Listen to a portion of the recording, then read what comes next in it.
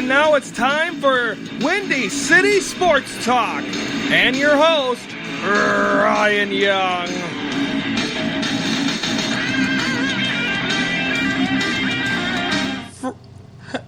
Hello, Chicago! Welcome to this live Monday, October the 17th edition of Windy City Sports Talk. I am Ryan Young, and of course, it's Beatty Monday. I should sound more happy about that, shouldn't I? But, of course, this is Beatty Monday, and it is sponsored by AU Sports Memorabilia in Morton Grove, Chicagoland's #1 source for sports collectibles. You can find and like them on Facebook at AU Sports Memorabilia. And now I'm joined by the two-time Emmy Award winner, Mr. Television, and my broadcast partner for SSW, which returns to the Broad Stop on Sunday, October the 30th, and that is Scott Beatty. Scott, welcome back. You know, Ryan, first of all, thank you. But second of all, we need to work on some theme music. I think you having nothing is good. And you know what I was thinking about, and the song keeps running through my head. If someone could remake Manic Monday and turn it into Beatty Monday, I think that would be great. Oh, now you're thinking. See, I don't know who could do that. Who sang that song? Are they still alive? The Bengals. Yes, they're still around. My young Padawans. Okay, Scott, let's start off with the Cubs.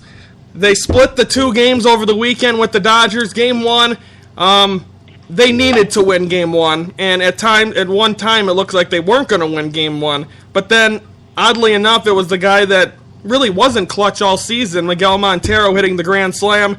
They win it 8-4 the final. Then Game 2 went exactly how everyone expected it. Clayton Kershaw, case closed. Adrian Gonzalez, who's had a great series, caps it off, started the game with a solo shot, and it split, and I still don't see much panic from Cub fans, because I don't think there should be any. Well, look, let's start with Game 1. First of all, I've got some complaints about Game 1, even though they won. Go for it. I've got some other things to bring up. Look at Miguel Montero, you said the guy that didn't help all year. Look, he had some back problems. He did the best he could, but I got to tell you what, I actually was very confident in him coming to the plate at that time. You realize in September he had 3 home runs, batted .283. He was really kind of hot going into that series, and he'd been driving a lot of balls to right field, line drives. I didn't feel bad about that at that. What I felt bad about is the fact that they even had to bring him up to pinch hit, because Joe Madden did something he didn't do all season long, was to bring a guy for a 6-out save. Mm-hmm. Why all of a sudden are you changing the game plan? Exactly. I don't know why he did that after it didn't work with San Francisco, or in San Francisco. It was just a Chapman cannot come in trying to clean up someone else's mess. Look what he did in Game 4 against the Giants when he came in on his own. He dominated. And he's a one-inning guy. Let's just face that. He comes in and can blow out. Look, they also brought up the stat that I think he allowed 8 of 14 inherited runners to score against him. Mm-hmm. I didn't like the move at the time, although in retrospect, it's kind of what won the game for the Cubs, is the fact that it forced Dave Roberts' hand. He's the one who, by whatever reason he was thinking, walked Coghlan so they could chase Chapman from the game. Yeah, and that was brilliant. I thought that was a great move. He did very good managing that inning, except for, obviously, Joe Blanton giving up the grand slam, which his ERA right now in the NLCS is like 63, which I find hilarious. John Lester, of course, he only threw 77 pitches in that first game. He didn't want to come out. Man's response was, they were starting to hit him. I'm not sure I agree with that, but hey, they won the game. At the end, this is all that counts, but I don't want to see these kind of mistakes plaguing them in games 3, 4, 5. No. I don't want to see I want Joe to manage like he's been managing all year. Let's not press. It's not time to press. No, and in Game 2, they needed to win Game 1, because if they would have lost that game, you knew Kershaw, it was going to be tough to hit him. You could not go down 0-2 going to L.A., because I don't think the series would have came back, or it could have, but...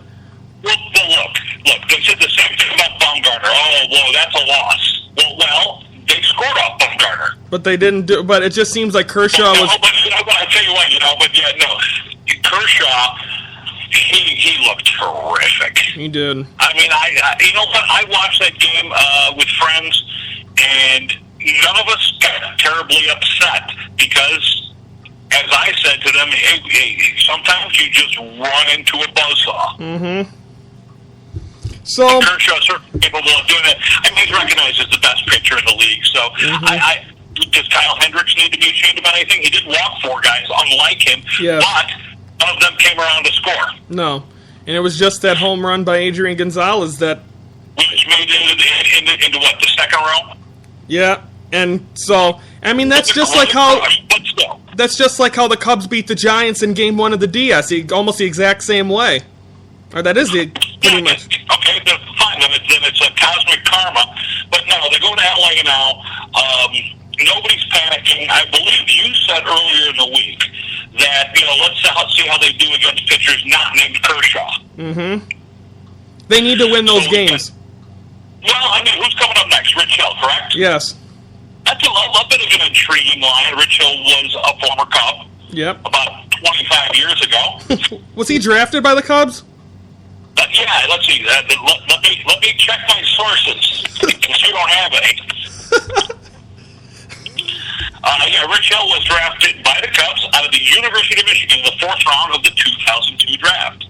Mm-hmm. For the Cubs, he had one fairly good year. 2007, he had won the division. He was 11-8 with a 3.92 ERA, but 183 strikeouts and 195 innings, so pretty solid for the time.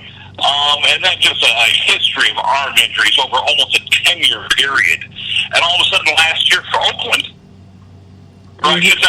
Boston, they use him as a starter in September, 4 games, gives a 155 ERA, and then Oakland throws $8 million at him. Yep. So, but he has kept it up. He had a good year. He's 12-5 this year with a 2.12 ERA. He also struck out more guys than he had innings pitched. Now, I think the question going forward with him is durability. You're not going to get Hill to go deep in a game. No. In the 7th inning, you're not going to be seeing Rich Hill in the game. What you want to do is you need to get at him early. Mm-hmm. The first 5 innings, I think, is where you make or break against this next game. The Dodgers bullpen, I'll tell you what, if they want to bring Baez and Bland back in, that's fine by me. Yeah, as long as they stay away from Kenley Jansen. Because I think Jansen can be hit too, but still, that's when you got Kershaw for 7 and Jansen for 2. You better be scratching for runs. That's dangerous. Now, do you see them going to Kershaw for Game 5? Because that would set up Lester and Kershaw, because that'd only be 3 days rest again, which it seems like he did perfectly fine. Or do they not want to run out his battery? I'm a big fan of the postseason of who wants it more. Mm-hmm. And if that means going on 3 days rest, if that means pitching an extra inning, you do it. One of my favorite things going back was the 2001 World Series where the Diamondbacks, you remember they brought Randy Johnson in to relieve Curt Schilling. Yep, that's what you do. So Johnson was pitching on I think it was 2 days rest. He said, bring him in. Wow. Yeah. It's a make or break situation. Yes. So I think it's going to be a situation that if you get down to it, let's just say the Cubs win Game 3 and Game 4, which we, of course, we hope they do. Game 5, it's a winner go home for the Dodgers. Why wouldn't you throw Kershaw out there? Mm-hmm. And then that would set him up most likely for a bullpen, just like you mentioned, probably for Game 7, if there was one. Yeah, and this is the guy you don't want to face in crucial situations. Obviously, he is their best pitcher. He's probably the best pitcher in the National League. I hope the Cubs have seen the last of him. Yeah, and hopefully, and there's a couple guys in this lineup that need to get it going, because I don't think it's going to, being Anthony Rizzo and Addison Russell, neither one. Anthony Rizzo needs to get it going. He needs to get... Anthony Rizzo needs to hit the reset button. I know. I think it's like 1 for 22 now or something like that. It's not... It could be 1 for 62. He is just not swinging the bat well. I heard this earlier. One of my sources and I were talking earlier in the week, and they said that, Rizzo is the guy the other teams identify as the main guy. He's the clutch guy. He's the RBI man. He's the one who can do it all. And they're not giving him anything to hit. Now, having said that, he has to embrace that role and say, fine, if you're not going to give me anything to hit, I'm not going to chase that garbage you're throwing me. And I'm going to go ahead and I'm going to take the walk. And let's see what the guys behind me can do. Of course, one of the guys behind him is Addison Russell, and he's not doing anything either. No, now they're saying possibly move. Do you think there'd be any lineup switches? Possibly Russell moving down to 8, and Hayward isn't hitting either, but at least he's made contact. But do you think there should be any lineup changes going into Game 3 tomorrow night? I think I would go status quo. I mean, these guys have done it all year long. They know what's wrong. They just need to implement the solution. I mean, they won 103 games. Let's not forget that. I know. The show's called Chicago Sports Talk. You've got Cub fans listening. Cub fans panic. Cub fans are always waiting for the other shoe to drop. Exactly. And I'm being positive and saying, okay, we've identified the problem. Now, moving forward, let's make something different happen. I believe that Rizzo can have a breakout game. I believe he's got a game with a double and a homer and 2 walks in him coming up. And Arrieta's pitching on Tuesday, which is tomorrow. And remember, I don't know if he pitched there this year, but I know what he did there last year. I mean, I'm not saying he's going to do it again, but he's been known to pitch very well at Dodger Stadium. Well, it's something I was a little worried that Clayton Kershaw was working on for a while there. Exactly. Yes, very close, and I wouldn't have been surprised one bit. But you gotta like the pitching matchup on paper. I said, Rich Hill had a terrific year, but I think he's a guy.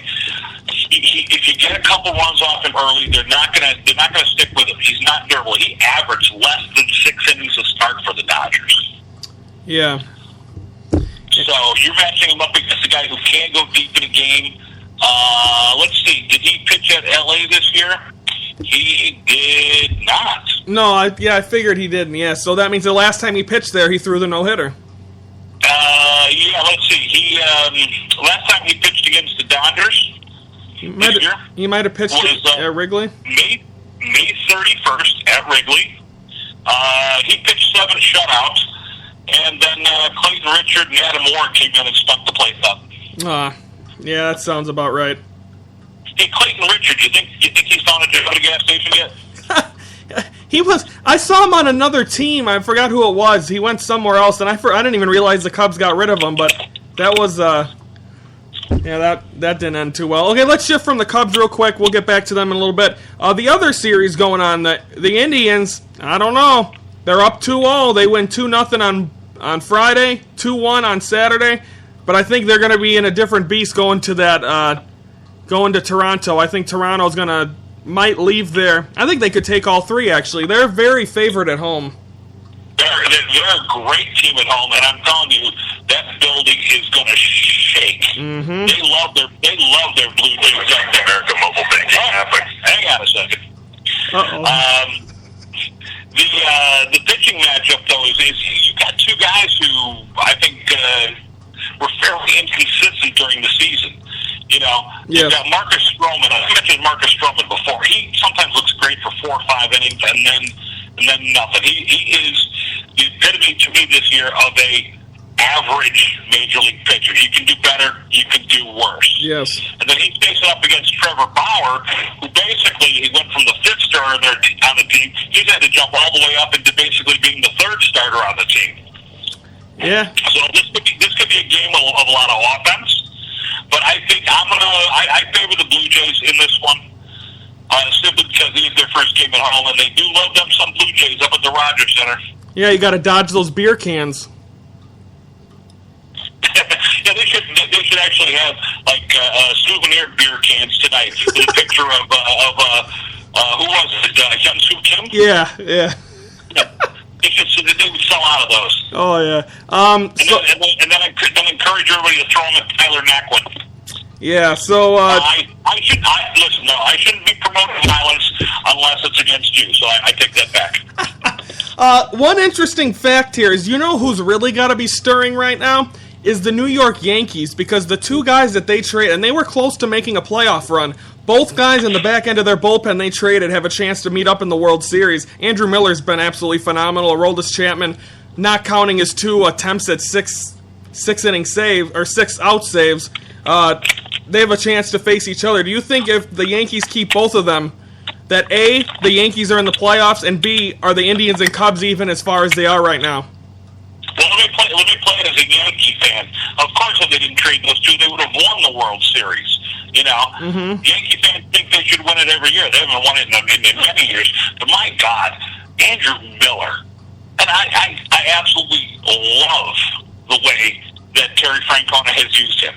Oh yeah, it's been He's great. He's in the 4th, the 6th, the 8th. It doesn't matter. See, I'm of the opinion, I've heard broadcasters say, oh, well, you don't want to use a guy that early in the game. You want to leverage him for later in the game, for the 7th, 8th inning. Why? If there's 2 guys on in the 5th, why? Why are you waiting? Bring in this guy. Do you realize in 74 innings this year, he struck out 123 batters? Wow. Yeah, he's been... Well, yeah, he's great. And then you got... He is in his prime. He is comfortable. He said in an interview, he has no intention. He doesn't have any interest in going back to being a starting pitcher again. This guy has found his spot. He is locked in. He is the best left-handed reliever in the American League. Where was he before the Yankees? He was with the Baltimore Orioles. That's kind of he was there in the second half, but he was with the Red Sox for 4 years prior to that. That's who it was, yeah. I knew it, yeah. And wow, it's just tremendous how it's been great.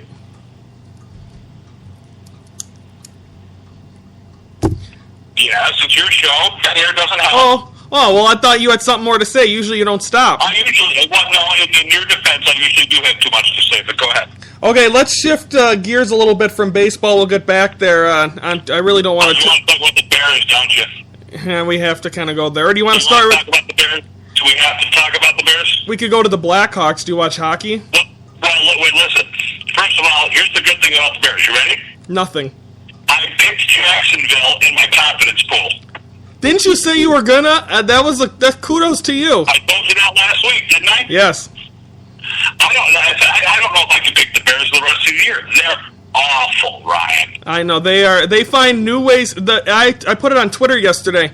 They have officially been the lovable losers have now officially went from the Cubs to the Bears. And what did your one Twitter follower respond? I didn't get any response. I never do. Oh, they must have been out with the family or something. I have 94 Twitter followers. Thank you very much. Hey, not bad. I'd follow you if I cared about Twitter. But, so, yeah, the Bears found a new way to lose. Blake Bortles has never won a game. He's won one game on the road, I think, 2 years ago. Or last year, I think it was in Philadelphia or somewhere. But, it's just, I don't even know where to go with this Bears team. Hey, here's one. If you met Blake Bortles and you didn't know he was a football player and he came up and introduced himself as Blake Bortles, wouldn't you think he was making that up? Yeah, he, yes, definitely. Look, Blake Bortles. Now, what's your real name? And I don't even, it just seems like, would they have been able to win that game with Jay Cutler? And you hate to bring that up, but, I mean... Can I be honest? And I'll put this. You can retweet this. You can put this on Facebook. Here's my answer to your question. Ready? Yeah. Who cares? I know. And the thing is that you... The Bears, look, I'm a Bears fan my whole life, obviously. And I saw the Super Bowl. I was old enough to appreciate the Super Bowl win. And, of course, the Super Bowl appearance later on with sexy Rexy Grossman. Yeah. And so I am a Bears fan. And because I am a Bears fan, I don't care right now. Does that make sense to you? Yes, and I don't think many Bears fans do that are Cubs fans. Look, this is a situation where if they win 2 games and get the number 1 draft pick or number 2 or number 3 draft pick, you got to start somewhere. Okay, here, real quick. The way they're operating this team right now is slapping the Band-Aids on. Just the way the White Sox have done the last 2 or 3 years. Slapping a Band-Aid on. It's not good enough. It's just, okay, we're going to get Trevathan and Freeman. Okay, what about the other 48 spots? Exactly. I'm going to run down the schedule real quick to you. You tell me if they have any chance of winning this game. Okay, you ready? Oh, my God, this is going to be fun. Thursday night, at Packers. No chance whatsoever. Home against the Vikings. No chance. At Buccaneers. I'll hold judgment on that. That's a positive. Wait, is that Tampa? Yeah. No, they'll lose in the fourth quarter. At Giants. No, Odell Beckham will murder them. I don't know. It depends if they can get him away from the kicker's net. He seems to be very attracted to that. They're dating now. I heard that. It's Facebook official. Again, Nice. home for Titans. Oh, okay. I don't think they can win any of these because I'm thinking of how can they beat them, but I'm also thinking that DeMarco Murray's going to run all over them. So I don't know if the Bears are going to win a game the rest of the year, but keep going if you're entertained. Home against the Niners. There it is. You think that'll be the one? There's the win. And a friend of yours and a friend of mine, he's a local independent wrestler named Mikey Wild. You're familiar with him? Yes. He's a 49ers fan. Uh-oh. So I think leading up to that show, we should have some sort of bet with him. Okay. If the Bears win, he has to shave that beard of his. Oh no, I was thinking if he loses, he has to come on the show. Okay, that works too. I'm sure he'd be. He needs to be punished. Oh my God, having you two on the same show, I might as well take the show off. You know what? You might as well. Okay, at Lions. They could beat the Lions. They could. And then the final three: home against Packers, home against Redskins, at Vikings. At Vikings, no chance. I would say that's a fat 0-3. Honestly, if you look at the way the Bears have played this year, and just that alone with any future changes to the game plan or personnel, I don't see them winning more than 3 games. Yeah, and the thing is, you said that one of them wins were going to be against Jacksonville, and now that one turned into a loss, I mean, is John Fox... I think I might have picked them to beat Jacksonville before I saw them play versus Indy. Yeah. Yeah, you might have. It was... this has been... And, is John Fox done? Who leaves Chicago first? Jay Cutler or John Fox? John Fox, I don't know if he had any intention of being able to build this team in anything. I think they need a complete... Can we get Theo Epstein on the show and ask him if he'll take over the Bears? I'd love to have Theo Epstein on the show. Would you put up with 3 seasons of 6-10 or under if you knew they were going to be a winner in 4 years? Of course you would. Oh, yeah. Definitely. They need to retool this. I think the McCaskies need to sell the team. I think you need a motivated, fresh thinker, a forward thinker to take over this team. How about Mark Cuban? He wanted to buy the Cubs. Why not give him the Bears? He don't have anything in football. I would love Mark Cuban to own a Chicago sports team just for the fun of it. You know, you'd have half the people hating him, half the people loving him, and he's a fun guy. Do you think I would love to see Mark Cuban buy the Bears, sure. Do you think if he would have bought the Cubs, the Cubs would be in the same position they are right now? Do you think he would have been smart enough to go after Theo Epstein? And, well, Theo did the rest, but if Theo don't come here, who knows what the heck happens? You know what? I mean, if you can go back to the time you were talking that he was interested, we would have taken him in a heartbeat. Mm-hmm. But things have worked out differently, and they've worked out well. They have. Okay, so I think we're done talking about the Bears. Do you watch hockey at all, or no? What was it? Do you watch hockey at all, or no? It's hard for me to get into. It's hard for me to get into. Here's my problem. Here's my problem with hockey in general. Okay. Now, I've gotten to watch 3 Stanley Cup champions. Yep. Great. Wonderful. I have a real problem with the regular season. I cannot watch a whole game during the regular season. Yeah, me either. You're typically playing 80-plus games to eliminate, I think 2 teams from the playoffs? Right? It's crazy. The whole season is for positioning. That's all it is. It is, and you're eliminating a half a dozen teams. It's kind of pointless to me. I would like to see the playoffs, cut back to maybe 12 teams. Right, and because the Stanley Cup Final goes till the middle of June. They call baseball season long. That's a long haul. Yeah, and then the fact that, they'll play on a Monday and then not till Thursday, Yeah. and then Sunday and the following Wednesday. There's too many days off. Mm-hmm. It's just hard. Baseball has games almost every day. Mm-hmm. It's easy to get caught up in a winning streak or a losing streak. In hockey, it's a little harder.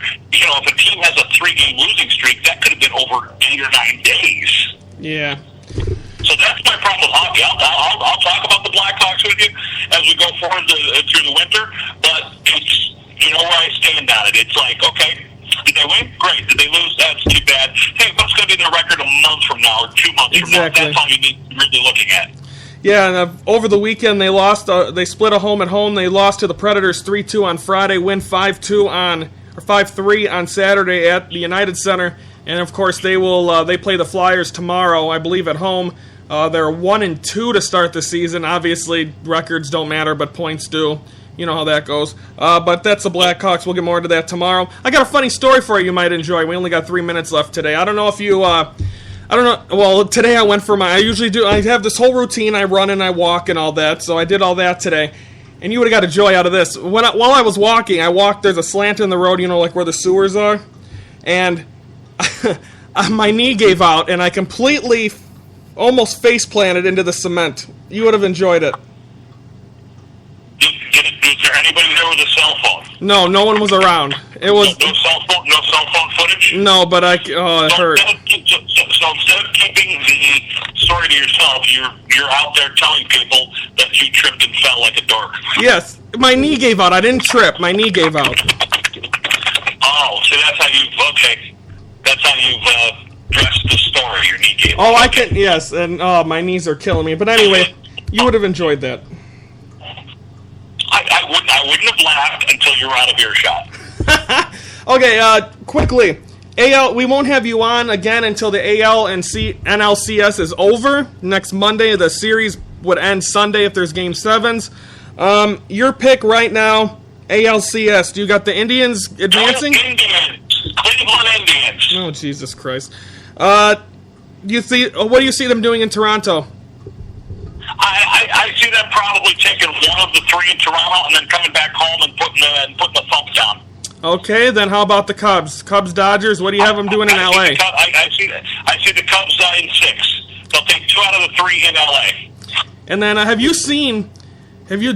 know if you watched the post-game coverage, especially after the game on Saturday. They did, because I don't know if they're joking or not, but they're saying that they can't do the pre- and post-games inside the stadium because of Pete Rose. Is that true, or is that just a joke? Is he not allowed in stadiums? He was outside Wrigley Field, wasn't he? Yeah, but is he allowed to be inside? I think his ban is actually does involve ballparks except under special circumstances. Well, I think they brought him back Cincinnati for the All-Century team. Yep, and so they were doing it outside, and they did it. They should do it maybe at Disneyland. They did it at outside Murphy's. Except for Frank Thomas can't get out of any of the rides. He's too big. But they're doing it outside by Murphy's bleachers. If the Cubs advance to the World Series, that thing's probably going to get tipped over. Oh my God! If the Cubs win the World Series at home, yeah, absolutely. They better do that for souvenirs. People would be grabbing pieces of Alex Rodriguez for souvenirs. I like him as an analyst. Do you like him? He's good. I still have some issues with him. Not any of the steroid stuff, because if you want to talk to me about the steroid issue someday, I've got lots of opinions. Okay. I believe, put them all in the Hall of Fame. But we'll talk about that another time. I just never liked him as a human. I always think, kind of a stuck-up, I got a few words about him. Okay, folks, that does it for us on this Monday. We'll be back tomorrow to preview the Cubs. Thank you, Scott. It's Monday. It's sponsored by AU Sports Memorabilia. Have a great day, Chicago.